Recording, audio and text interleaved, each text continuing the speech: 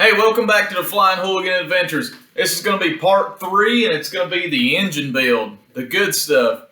And this one, I'm going to go through what I actually did to this motor, how I put it together, and get as much information on this little two-stroke Chinese motor as possible. There's really not much to it. You can't really change much. There's no reed valves. There's no crazy stuff. It's just putting this thing together and trying to get it to make as much compression as possible. The first thing I did was set the head up.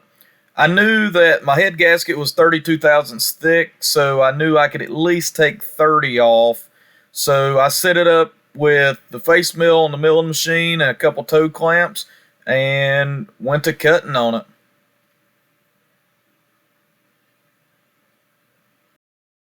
The next thing I did was set up the cylinder and face mill the top of it off because I wanted a good sealing surface for the head gasket to go on. I'd even thrown around the idea of not even running a head gasket and just copper toning it and putting it all together, but that was just a little bit too sketchy for me. I came up with a better idea after I got it home.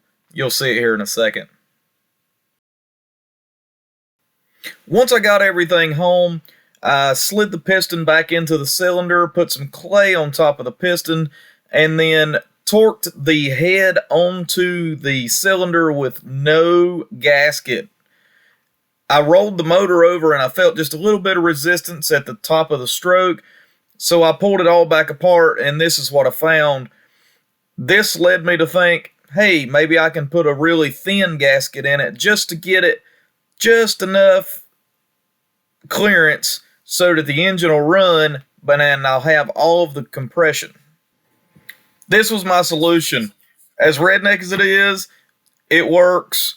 I cut the side out of a Busch Light can, scored it with a razor knife, and was able to break the pieces out that I didn't need anymore.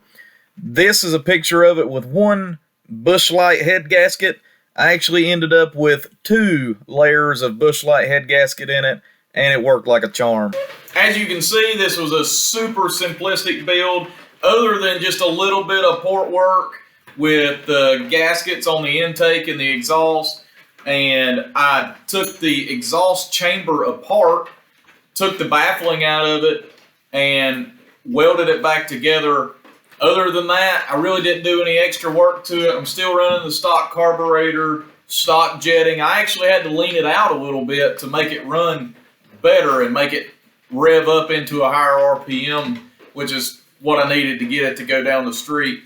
The next episode you see will be episode 4, part 4, which will be the actual race. We're going to take these down to Mooresville Dragway and have an absolute blast with them.